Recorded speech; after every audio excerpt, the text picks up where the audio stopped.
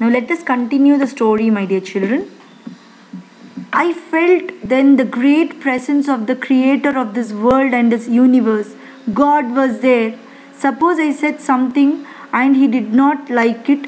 I tried in my imagination to write in bright letters outside my little heart the words, "Oh God." There was some pain in my left arm.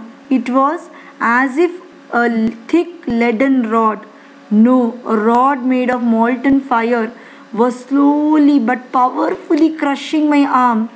The arm was beginning to be drained of all strength. What could I do?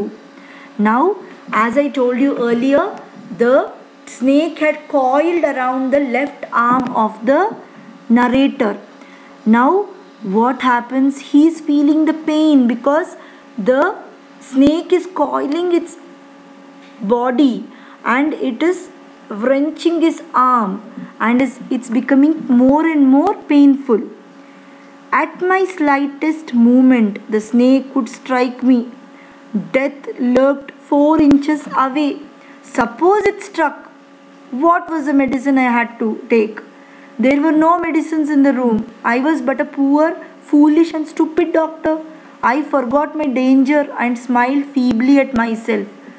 Now he is imagining, even if I move slightly, the snake will bite me because the death is just 4 inches away. But what to do? If the snake bites, I don't have any medicine to take because I am a poor doctor. It seemed as if God appreciated that. The snake turned its head. It looked into the mirror and saw its reflection. Suddenly, a miracle happens there. Now, the snake just turns its head, looks into the mirror, and sees its reflection. I do not claim that it was the first snake that had ever looked into the mirror, but it was certain that the snake was looking into the mirror. Was it admiring its own beauty? Was it trying to make an important decision about growing a mustache or using an eyeshadow and mascara or wearing a vermilion spot on its forehead? Now see, suddenly the the snake looks into the mirror, and in the mirror the author feels that the snake is trying to enjoy its reflection. Either it wants to put a eyeshadow or a mascara or wear a bindi on its forehead or something of that sort. I did not know anything for certain. What sex was the snake? Was it a male or female? I will never know. For the snake unwound itself from my arm and slowly slithered into my lap. From there it crept onto the table and moved towards the mirror. Perhaps it wanted to enjoy its reflection at closer quarters. I was no mere image cut in granite. I was suddenly a man of flesh and blood. Still holding my breath, and I got up from the chair. I quietly went out through the door into the veranda. From there I leapt into the yard and ran for all I was worth. Now, by the time the snake sees the reflection in the mirror, the snake slowly loosens itself from the arm of our author, slowly comes to the lap, then slowly moves on to the table, and you can see the picture here. The snake is in front of the mirror, and by then our narrator gets energy. He becomes a man of flesh and blood by then. Till then he was like a stone. He couldn't move here and there.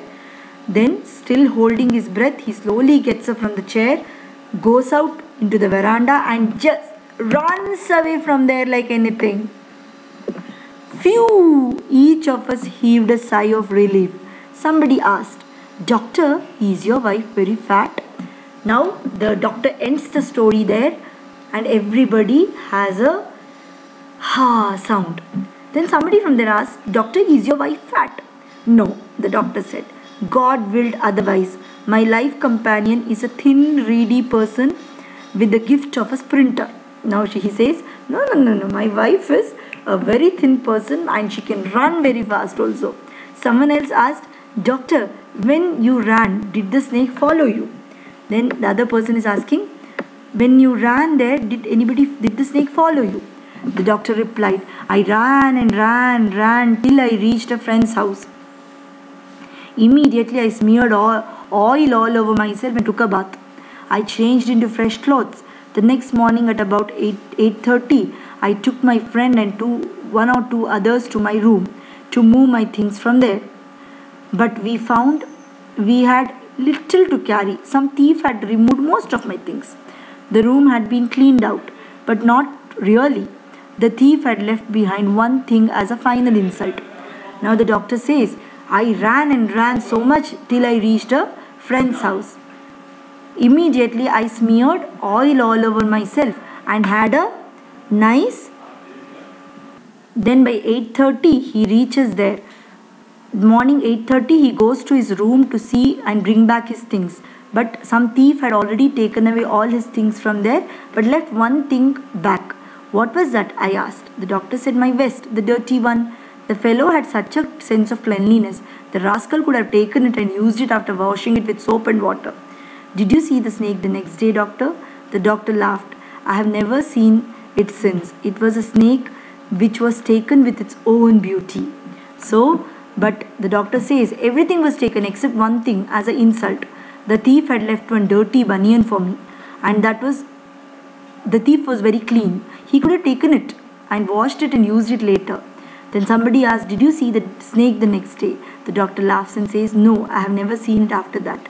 Maybe that snake was enjoying its own beauty on the mirror. It is written by Vaikom Muhammad Bashir, translated from Malayalam by V. Abdullah. So such a wonderful humorous story, children, snake and the mirror. So this is about the lesson.